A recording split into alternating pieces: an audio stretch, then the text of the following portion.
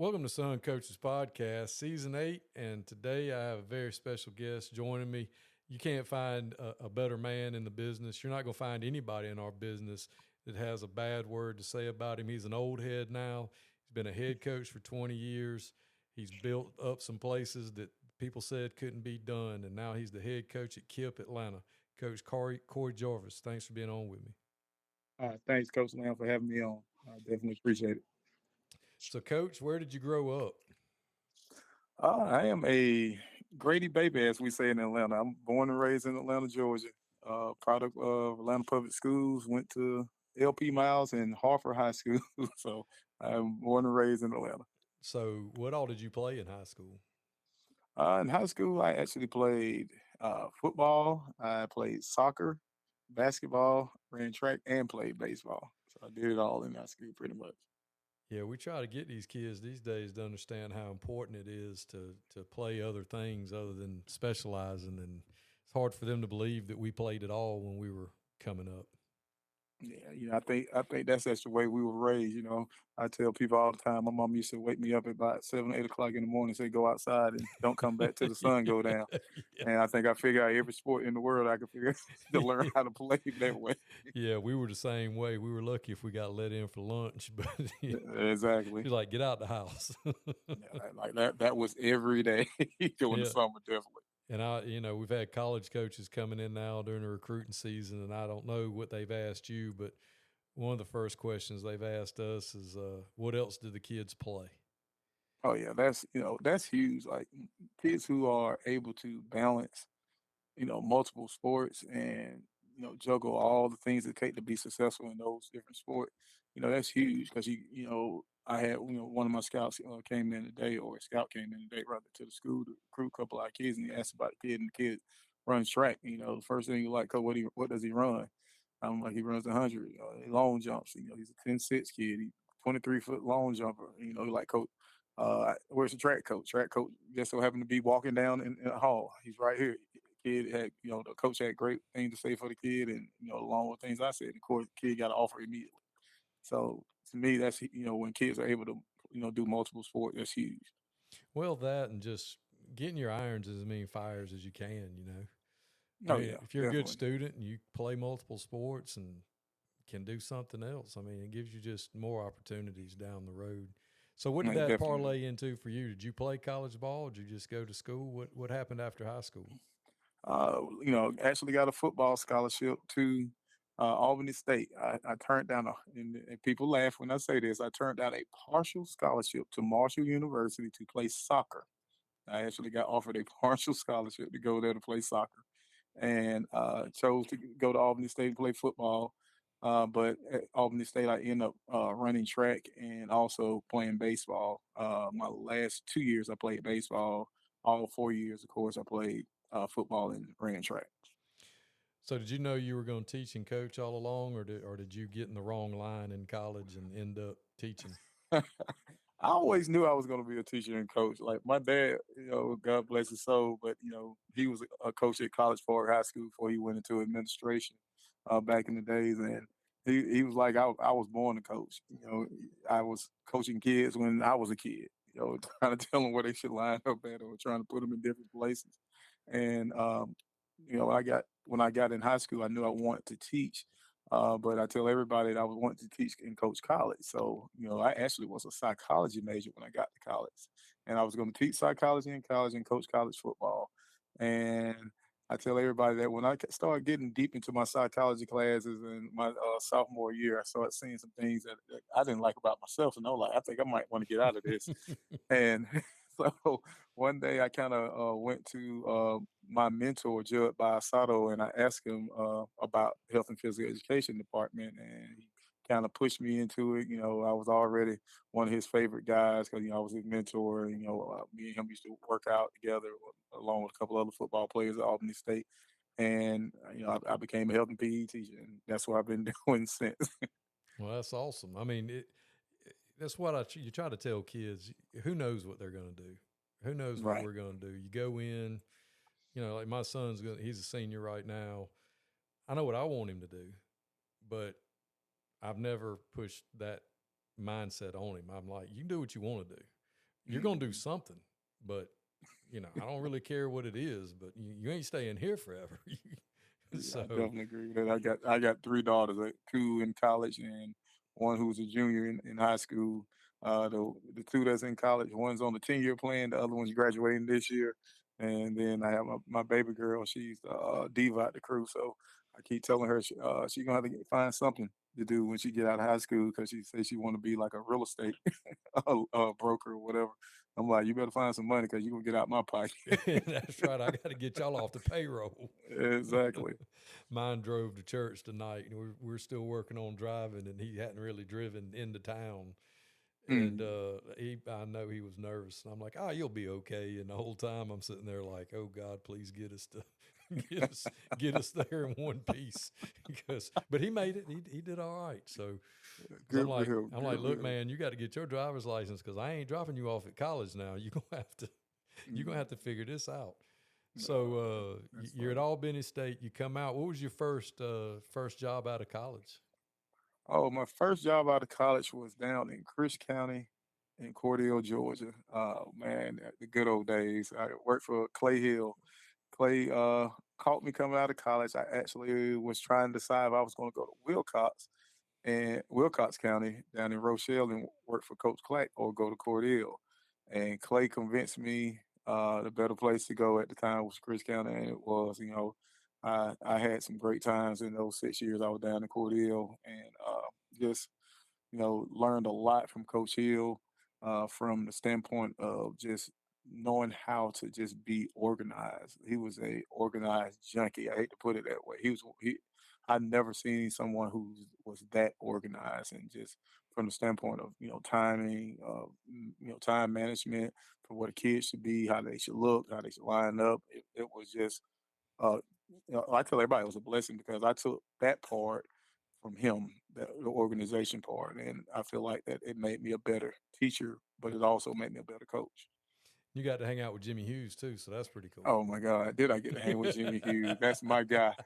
I think about those days, me and him on that equipment truck riding from Cordell to the different places we went. And Jimmy Hughes was my guy. Got a chance to coach DBs, and Jimmy was coaching the linebackers, and we had some fun time down there at Cordell. So after 6 years at Chris County, where did you go after that?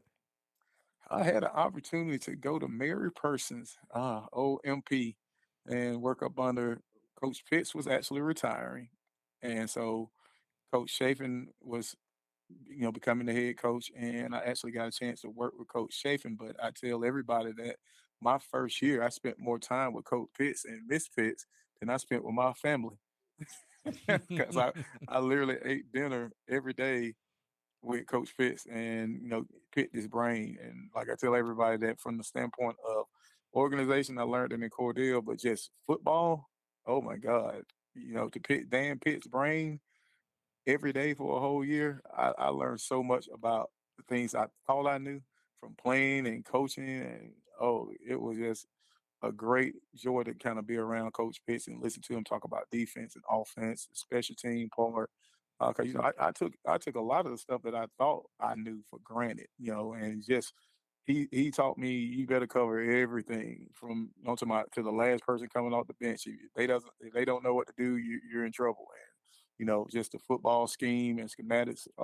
Man, Coach Pitt was to me was the best football coach I ever been around. And then Coach Chafin, offensive wise, he was such a guru. I tell everybody from that just running the flex bone, to running the option. Like I tell everybody, like it was just the craziest thing to see how well the option worked.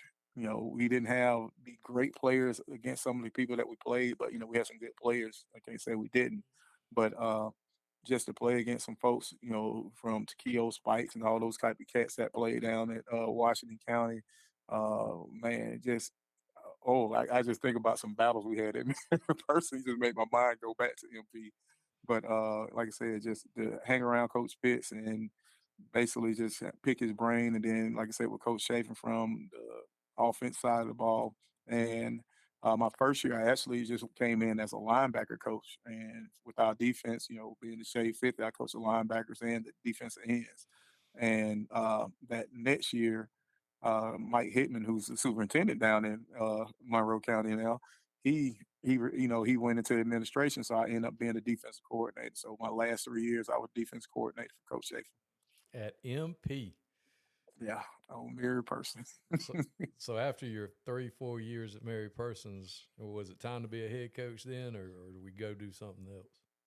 Yeah, I had several interviews from my last years at Cordell, and then I had a bunch when I was at Mary Persons, and I was I got that itch that last year. I remember Coach Chafin. I was like, "What you gonna do?" And I'm like, "Well, I'm gonna put my name out there." So I had a couple of interviews. Almost took the Glen Hills job in Augusta. Jesse Hicks talked me out of that. Yeah, that's He talked good. me out of there. Yeah, so that was actually the first job I was going to take. And when I decided not to, I was going to come back to Mary Persons the next year because Rodney Walker was coming in and he was going to be our AD and the linebacker coach, and I was going back with the DBs.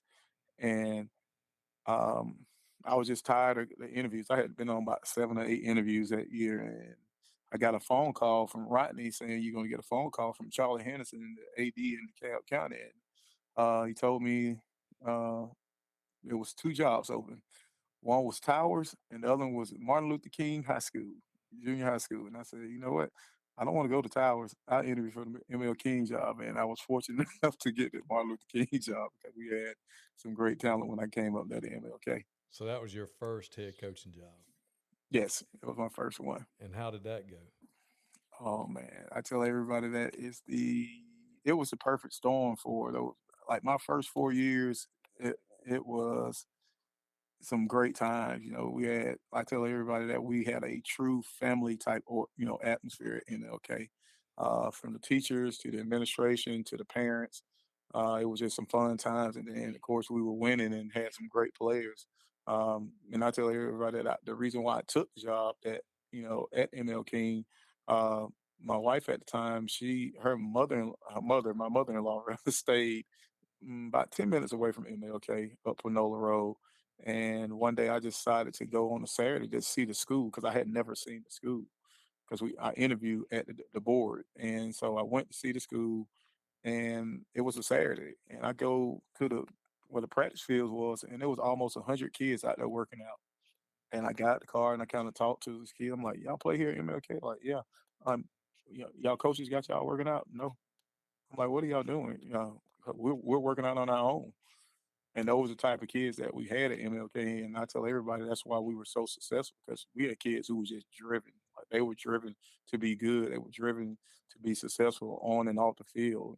I didn't have the type of problems that some people have with like the academics and kids, doing silly stuff off the field. Our kids kind of just manage themselves. And I remember when I resigned from MLK, I made the comment that a blind monkey could come in and coach this.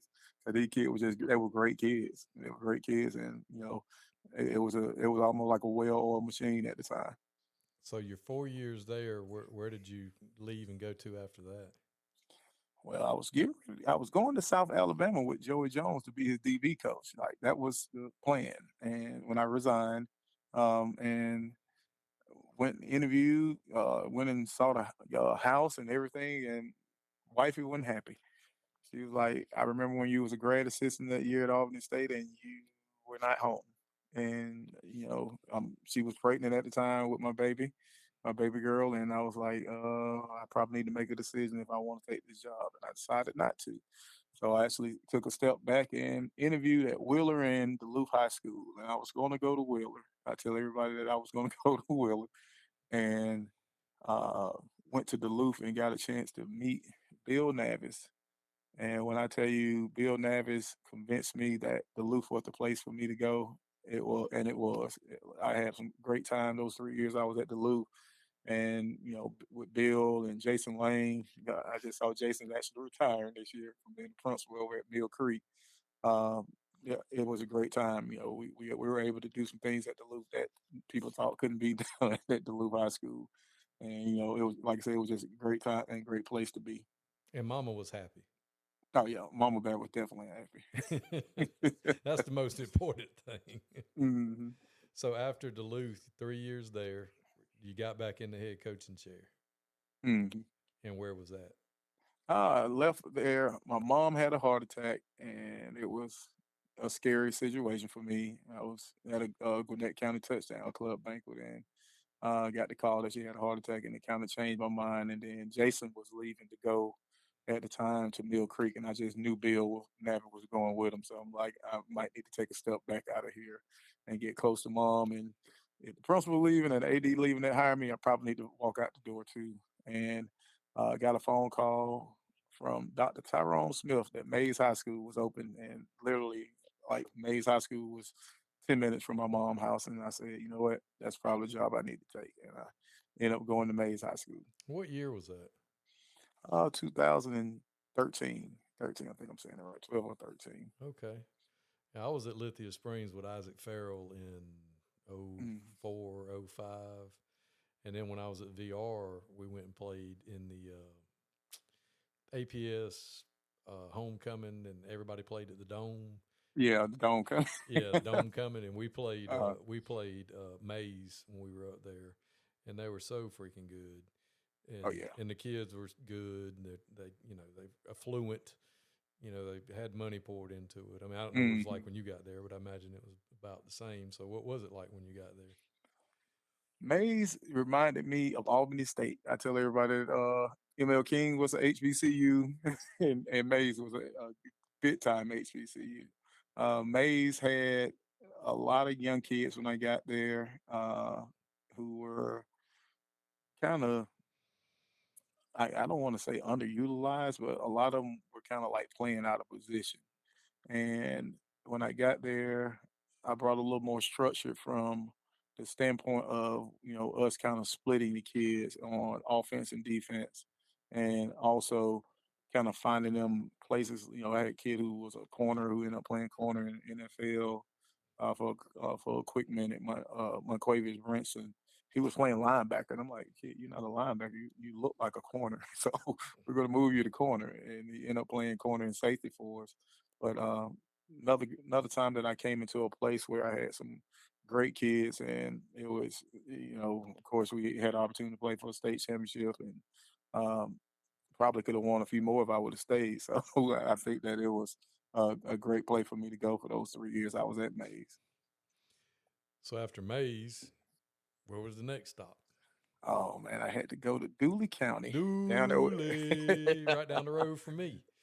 Yeah, so I came down to Dooley County down there with Jimmy Hughes. Jimmy was in his last 2 years, and he asked me to come down and be an assistant coach for him. And I was like, "That's fine, I'll do that." And he knew that probably after my first year, he was going to either step down or the second year, and it ended up being the second year that he stepped down and ended up going to Cordele to be the AD at Cordele, and I took over as the AD and head coach at Dooley County.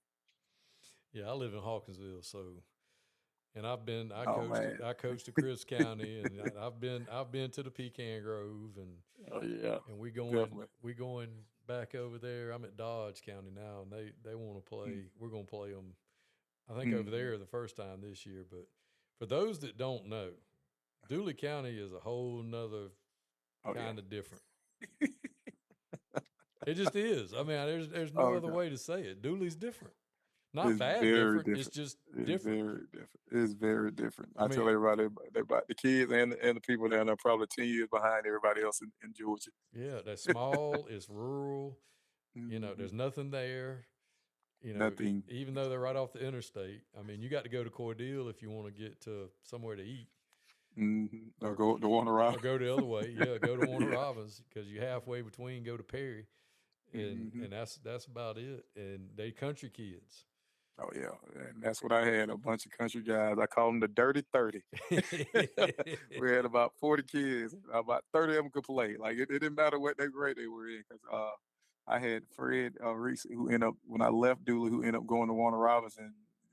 Shot, took over when he went to Warner Robinson. Fred, played for me as a ninth grader. Like it didn't matter what grade those kids were in. They were tough enough to play. They played. They played every position. My quarterback, he was single A player of the year, and Bo Lawson, and coach, he'll score a 90-yard touchdown on a run, and say, "Coach, just give me one." I give him one play, like, oh, I'm good. Go in there play corner because we had 30 kids who could play. I remember I was in Hawkinsville. I saw Bo live and in person, and Bo was Bo. Now, Bo was good. Now, Bo was he. I tell everybody that Bo Lawson probably was the best all around football player I ever coached. No matter where I've been, he was that good. Yeah, he was a dude.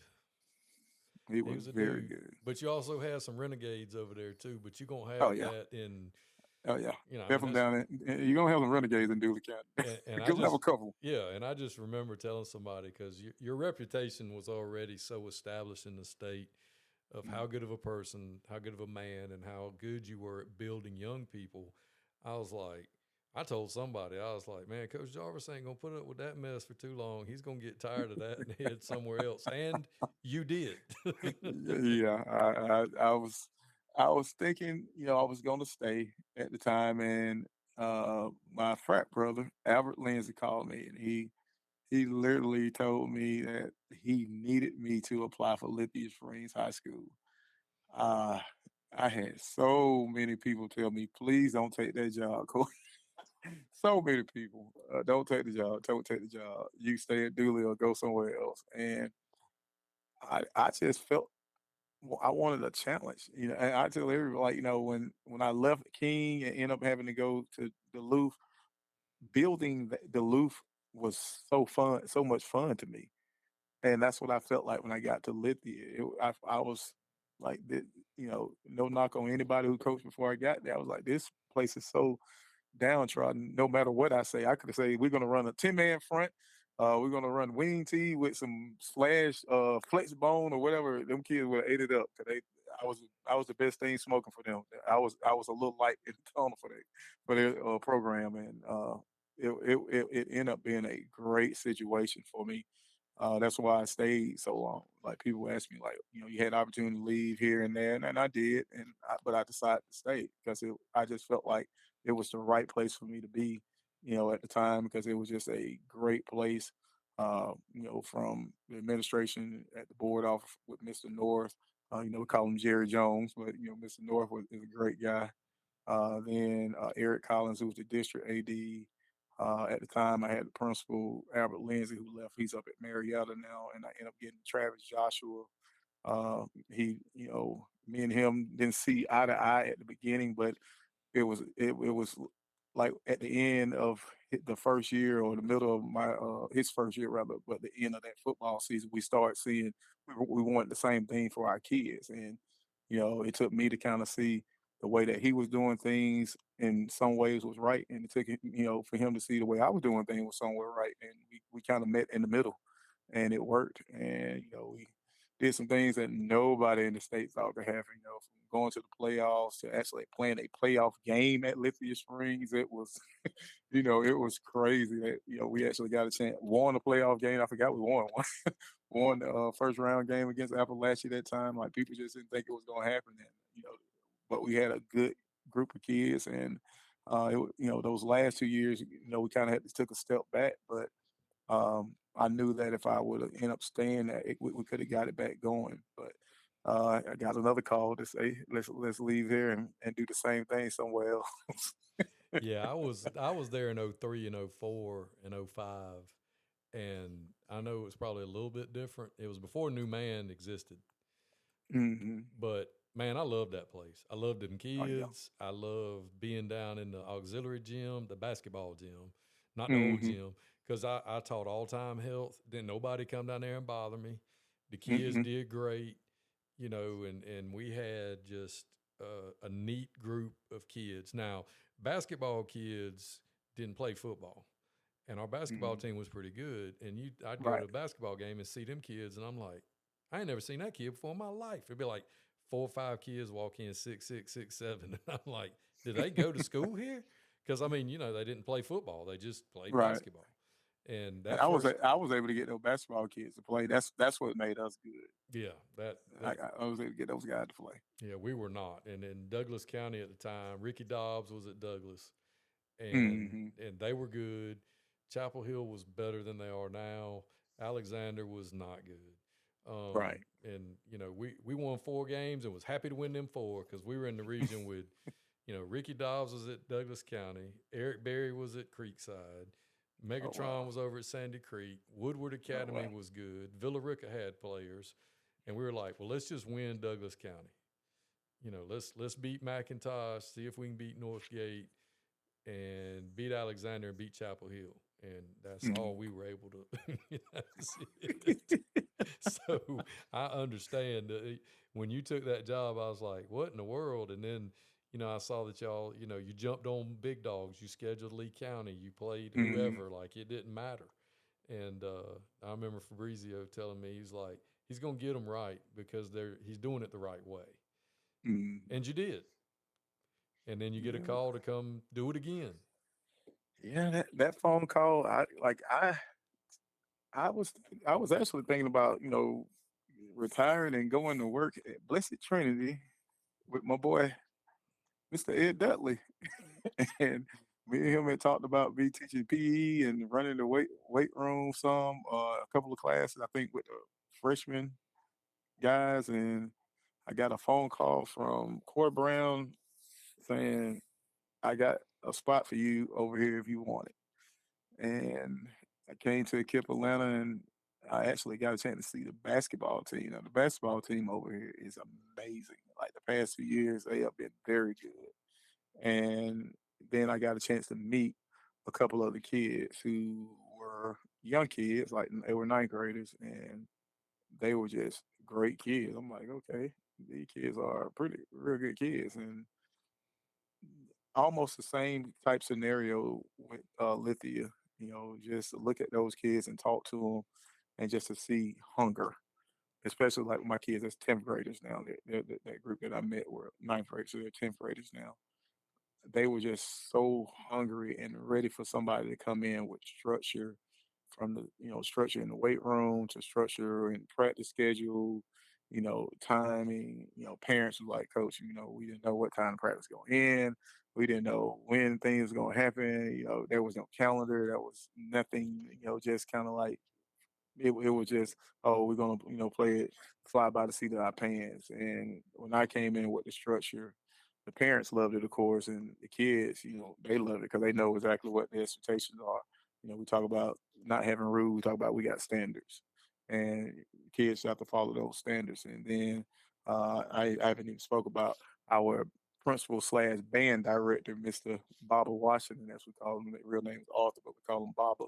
Um, Great guy. He is very supportive. And then along with our district AD, Corey Brown, and our school AD, Nathan Bradley, I felt that it could be a good situation. And, especially with me, they asked me how many I could give them. I said, I can give y'all at least three. I can give you at least 3 years because, next year will be year 30 for me.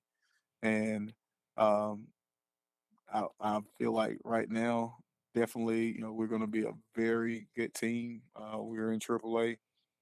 We got 20 starters coming back next year. I only had 5 seniors, and you know, two of them played. Out of those five, one was the punter, and he actually got hurt the last game 9, so he missed the last 2 games. And I just felt like we were going to be, a good team. Um, for what we had, and like I said, we were young. At times, I feel like I was coaching the JV team this year because they were so young. They just didn't know. And the kids are, like I said, they're great over here. It's in the heart of Atlanta, and that's what's crazy. Like it's old Turner High School. I tell the kids like they laugh all the time because where the park is, Anderson Park, is where Turner high school played their JV games. And I tell them I scored my first high school touchdown on that field right there. Well, I was Ran a going to punt ask, I was going to get you to tell me and everyone else exactly where KIPP Atlanta is. Yeah, it's old Turner High School. If you know the area by Westlake train station, it literally sits right behind there. We're like our kids, a lot of our kids who are outside the district, they actually get on the train. Like it's a bus that takes them over to the train station. Um, So it's what's a KIPP it's a stand great for? place. Oh, what is it? Knowledge is Power program. Okay. So it's a great place. The knock on KIPP was we're a high academic school. I tell everybody like you're not gonna come in here and not do your work. That's not gonna happen. You're gonna get put out here real fast if you don't do your schoolwork or you somebody who's a knucklehead. And the knock was that because it's so high academically that they didn't care about athletics, and that's the furthest thing from the truth. The previous coaches, none of them wanted to buy into the academic piece first. And to me, and you know this as well because you've been doing it just as long as I have, that if you're not trying to get these kids to see past football and see life, you're doing them a disservice. And our kids know right now that I care about the academic piece. I set three when we played Sumter County in the playoff game. I set three down because they weren't doing the schoolwork. They didn't do the schoolwork on the day that we were going to the game. And I'm like, you had to go to one class. You do the schoolwork? Like, okay. Call your mama. Tell them to come back. You ain't going with the team. Tell them to come pick you up out of school. Because we're not going to do that. That's to me, that's a standard. You got to do your schoolwork. And our kids, they know that. Like I had kids, we got through a workouts about 6:15. Uh, I had five kids who were in study hall and tutorial with teachers, coming down at the end, like, oh, I got my stuff caught up. I'm like, okay, good. That's what I need to hear. Like I care. I tell them now, I won enough game and lost enough games to know that if I'm not getting them ready for life, I'm doing a total disservice. And speaking of that, you've shown everywhere you've been that you're a program builder. Has your secret sauce stayed the same through the years, or has each place been a little different? I mean, what when you go in, or when I mean, this is let's just assume that this is you're toward the end of the line. I would Mm. imagine as far as coaching goes, with 30 years coming up. Over the years, has it changed, or have you kept your this is what I got to do first? What's the first thing you do when you get in to these places to rebuild these programs? To answer your question, I think it's pretty. If it was 100%, I think it's about 95% the same. To be honest, uh, I had to change some things because as time has gone on, I tell the kids haven't changed, society has changed, and so some things you kind of had to adjust yourself to, and I've done that. Uh, Everywhere I've been, I had to adjust to where the standards are at that school, and maybe even the clientele of the type of kids that I had. But as far as when I get to a school, I tell everybody that I want to meet, you know, the individual kids. I try to get those kids that's in the building, that's on the team. And I'm gonna be honest, because we say we don't supposed to say it, but I see it done. I recruit my players. I literally recruit them. Like I'm like, come on in. I need you to join. Get on this bandwagon and come on and ride this wave with me. So these are things that we got to do. It's not some are non-negotiable, some are negotiable. And if you can do these things, at least to the point where you're about 90 to 95% every day, I can deal with that. I know you're not going to be perfect. I tell them all the time, like, it hasn't been one perfect man to walk this earth. And, he got tormented at the end and crucified. And I'm like, you're not him. So I know you're not going to be perfect, but I just ask you to try to get close to being perfect. And, our kids, and I say our kids, pretty much all the kids I've ever coached have bought into that. And if it comes down to from the weight room, they know right now that it's a certain amount of workouts during the off season they have to meet. There's a certain amount of workouts during the summer they have to meet. If they don't get it done, whether it be some circumstances that's out of their control, or it be circumstances where they chose not to, they're gonna have to make up. They're gonna have to make them up, and it's sometimes it be kids like I think about old days of ML King where I starting outside linebacker who played in Canadian League, Rockman Mon Swain had to sit out the first three ball games. And same thing happened here this year. Starting quarterback, he had to sit out the first two games because he didn't get enough workout.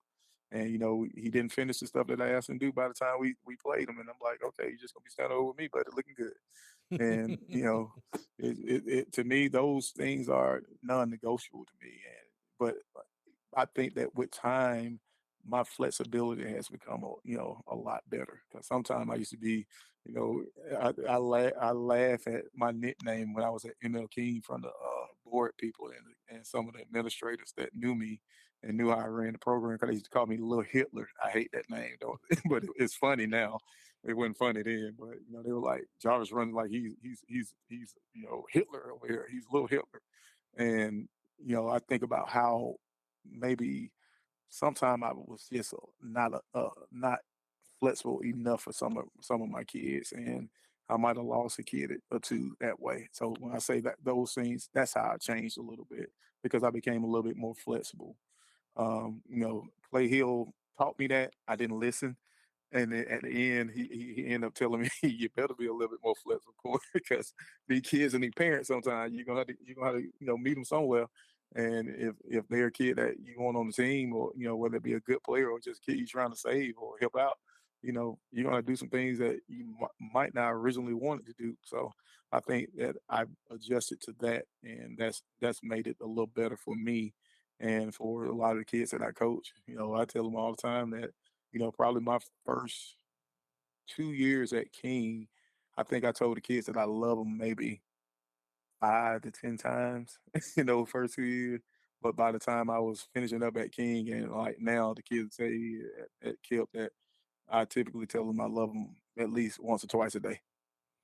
With age, Some of them some of them is forced out. I have to hit myself in the back of the head and tell them I love them. But a lot of them and that's in the majority. That's it jokingly, but but the majority of the kids that I teach and that I coach, I tell them I love them. Like love you, boy. See you tomorrow. Love you, little girl. Be good. Don't get in no trouble. That's kind of a Corey Jarvis testament or statement that gets said to kids pretty much every day. well, with age comes wisdom. Yeah, definitely. When we were young coaches, we still grew up under the people that hollered and fussed and cussed and carried on, and Hmm. you could get after kids, and if their mama and daddy found out about it, they got just as mad at them as they did, you know, as we did. Right. And now that's changed to where, oh, you ain't gonna talk to my baby like that, and Hmm. so you have to find different ways. So, what are some things that have changed as far as how you approach spring football practice and the way you structure your summers over the years? Well, spring football typically, I think about the first spring practice that I had at ML King, and it was just like how we started at Mary Person. We started off straight Oklahoma, knocking each other out the first day, and Junction that was boys. yes, like it was straight. Like I just remember them college scout coming up like, "Good Lord, coach, you ain't gonna let them warm up." Nope, we going right at it. And uh, I kind of got away from that. Uh, it's funny that the more you coach and the more you talk to different people on how they do different things, and like you said, probably the older and wiser you get, you like, okay, I might have got this kid hurt, or this kid might have quit because he's like, oh Lord, I can't do this. So that's the first thing that changed. So we don't start with Oklahoma. Do we still do forms of it? Yeah, but my kids who like I've had what 4 different kids who played for me who also have coached with me. Like Coach Jarvis don't change. Coach Jarvis don't change. He doesn't we don't even tackle. I think the most we tackle is probably the first 2 days, maybe in pads. And I'm a stickler for not bringing folks down at practice anymore because I just seen kids get hurt and we lose them, or hear horror stories of other people losing their better players that way. So like we don't hit. So um, spring, they our kids don't even get pants anymore. They get shorts and jersey, and that's pretty much what they're in. I think spring is now for just teaching, whereas in the past I used to think that it was we got to be tough. We got to be tough, and so spring is a little different. I'm actually doing spring a little different than I've done ever this year. I've listened to my buddies Terrence Banks, former coach for me, Johnny White over at Douglas County. I listen to them, and they split their spring practices up into like 3 and 4 weeks to get more time with their kids, and I'm doing that this year as well. So it'll be a first for me, and I kind of like it the way the structure is set up because I get more chance to watch film with the kids, get a chance to still work them out and stretch out. that 2 week deal into like a 3 to 4 week deal. So I actually like it. So that's gonna be a little different for me. Summer, the structure as far as the days of working out are still the same. Like we still go Monday through Thursday. Like Bob Spire tried to get me out of that those days when I was at Duluth and went to Mays because he was, I think Bob at the time, I think they worked out Monday, Wednesday, and Thursday or something like that. They took one day off during the summer and they did a lot of 7-on-7 stuff, of course. So we still go to 4 days, but I do a lot of 7-on-7 and camps for the kid in June, so I can get my kids exposure. So that's changed. We did a lot of 7-on-7s and went to camps when I was at the different places, but like this year, I know we're going to Georgia Tech, West Georgia, UGA, like we always do. Uh, we're going to a lot of 7-on-7 this year, and yeah, last year I got kids like they was like, "Wow, coach." I know we was gonna practice, but I didn't know we were gonna do them in the 7-on-7. So the month of June is pretty much 7-on-7 in camps. The OTAs, I like them from the padded camps, but I don't like to do too many of them. I'd be so afraid of them getting your kids hurt or going to one that's not ran well because I've been to a couple that wasn't ran well, like especially when I was at Dooley. We went to I think the Terrell County one, and it was I wouldn't say it wasn't ran well. I think the other coaches didn't explain like, this not this we're going at it, but it's not real football. We're not trying to hurt other kids, and it actually ended up being a bad situation. Thank God we were able to get our kids out of there without something happening. But I've heard horror stories from other places where fights and all that kind of stuff broke out. And I just don't want to be a part of that. So a lot of times I choose not to. My boy Kenny Dallas, I saw you went on ahead and stepped down and did what me and him talked about 3 years ago, and going to his pastoral phase. We did a lot of like OTAs where we didn't have on pads. Like we just wanted, because we didn't have that many kids at Lithia, and he didn't have that many at Trinity Christian at the time before he went to Hebron. Um, we did, just some control stuff against each other, to where we, got a chance to go against another team, but we took care of each other, from the time like we fed up when they came to Lithia because one time we went there and the other time they came to us, we fed them, and I kind of took that from him, and we did it this past year with Arabia Mountain with Coach Miller over there, and Douglas with Coach Pritchard.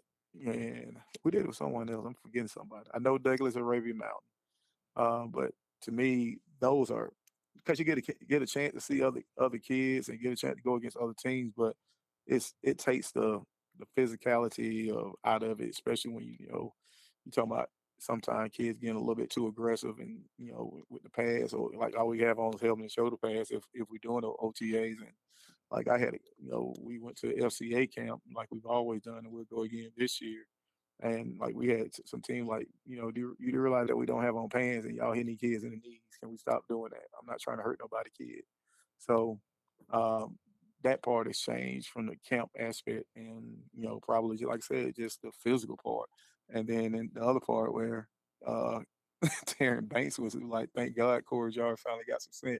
We don't do those 2-a-day football camps anymore. We stopped that probably about 5, 6 years ago, and I was gung ho about doing camp, overnight camp. We got to stay camp.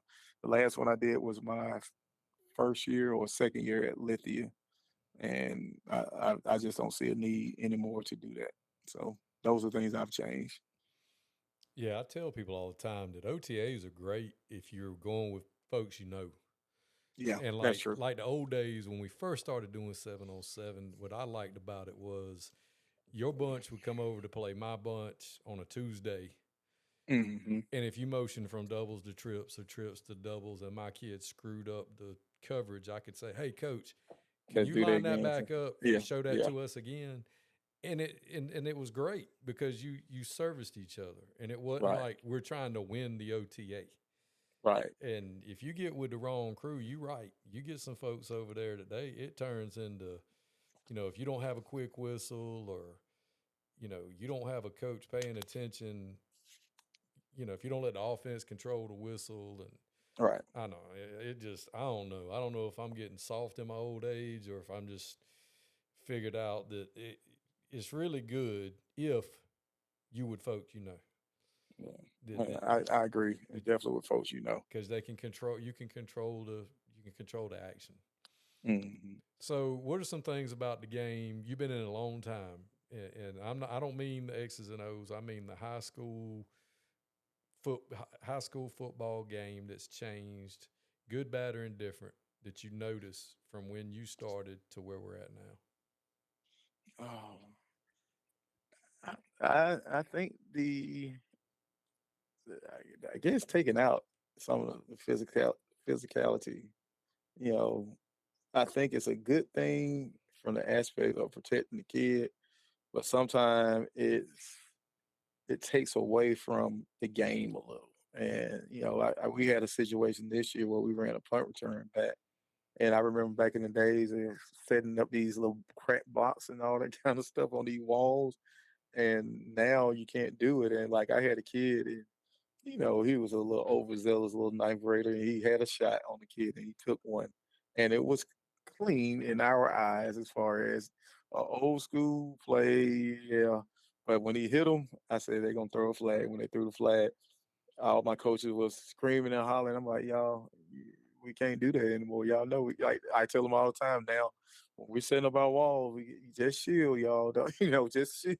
Don't crack back on anybody. We can't do the old school stuff that we used to do back in the day. And your parent probably told you, or your daddy told you, or your uncle told you what they used to do, or even what I used to do, because I told the kids I was notorious for crap blocking in college, and um, that part is over, and I like it to a certain extent because, like I said, I'm a stickler for concussions. I believe kids who have a concussion, we got to get them out the game. We can't let them play. We need to go through all the different protocols because I had 5 concussion playing, and I know that the serious nature of it because my last one stopped me from playing football, and with our kids trying to protect our kids. I think I think from that perspective it's good, but I think sometimes it needs to be a little less, I guess, uh, strict in some ways. But I don't know if you could do it because it'd be too much gray area. So I guess the rule is good and we leave it as it is. But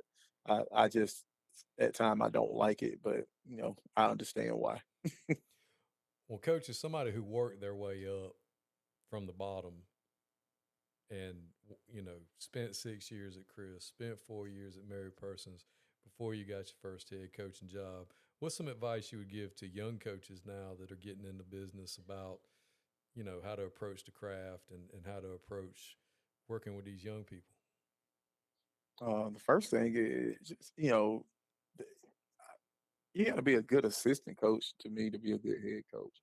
I think some of us forget that, and I say some of us, but I'm just saying coaches in general here, and it's typically the younger coaches. They want to be a coordinator immediately. I had a guy I just remember he was like a first year coach. He like maybe coached 2 years at a place, and he like coaching. I want to be. Can I interview for your offense coordinator? And I didn't want to be you know rude to him, but I was like, you haven't earned the right to be a coordinator yet to me.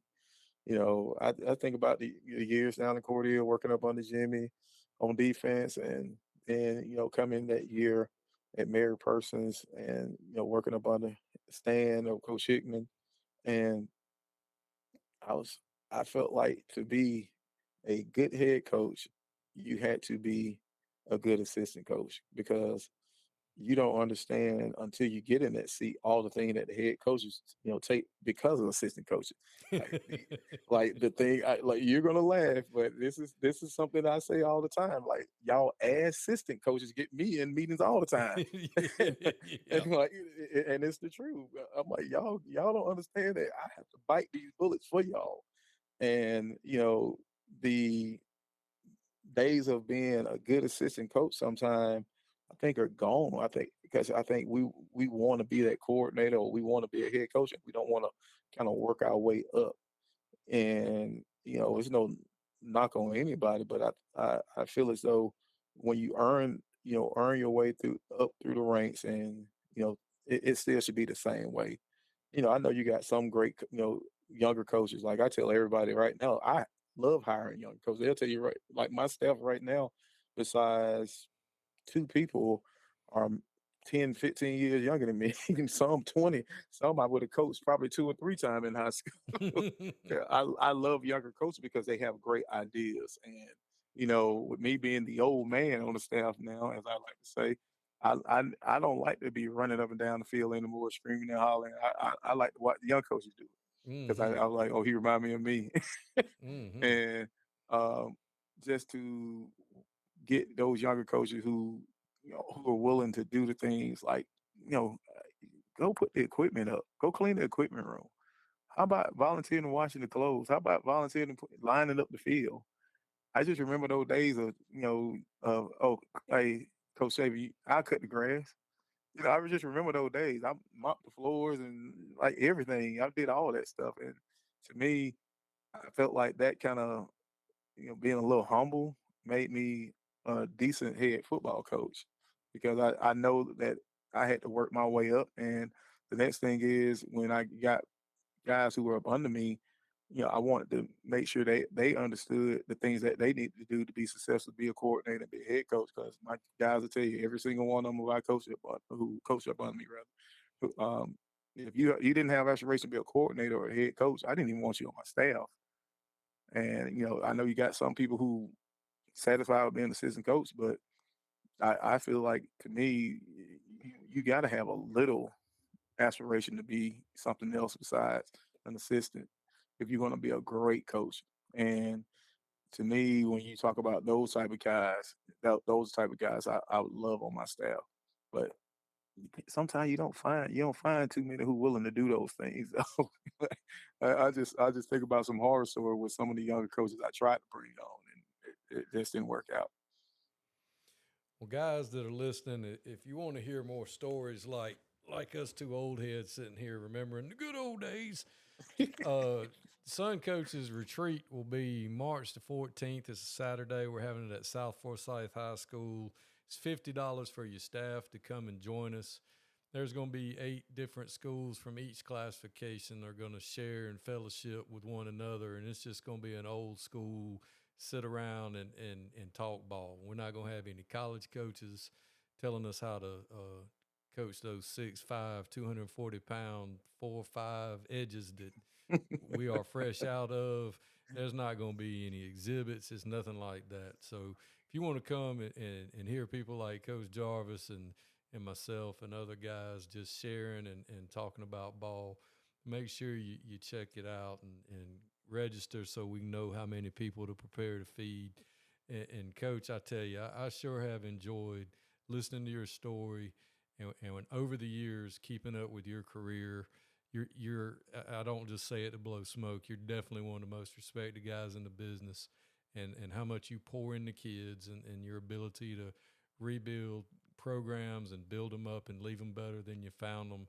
I just appreciate you and appreciate you coming on and sharing your story with us. Well, I definitely appreciate you having me on, and you know, it's always good to talk about the good old days, and with anybody who's willing to listen, because I've had some good ones that I got a chance to coach up under, and it's been fun. It's been fun. All Thanks, Coach. right, thank you.